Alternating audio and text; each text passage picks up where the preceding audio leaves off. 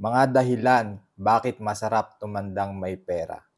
Number 1, may seguridad at kapanatagan. Hindi mo na kailangang mag-alala kung saan kukuha ng panggastos para sa pagkain, gamot o iba pang pangangailangan sa pagtanda.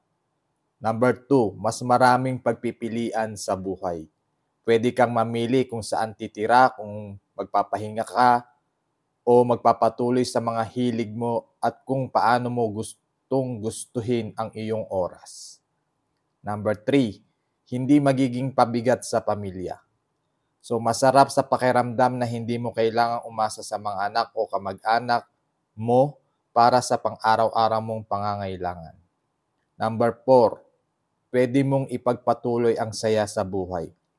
Mas madali kang makakapagbiyahe, makakakain sa gusto mong kainan at masisiyahan sa mga bagay na nagpapaligaya sa iyo nang hindi iniisip ang gastos. So follow for more Nilo Padrilan. Visit my website or my link bio in the comment section.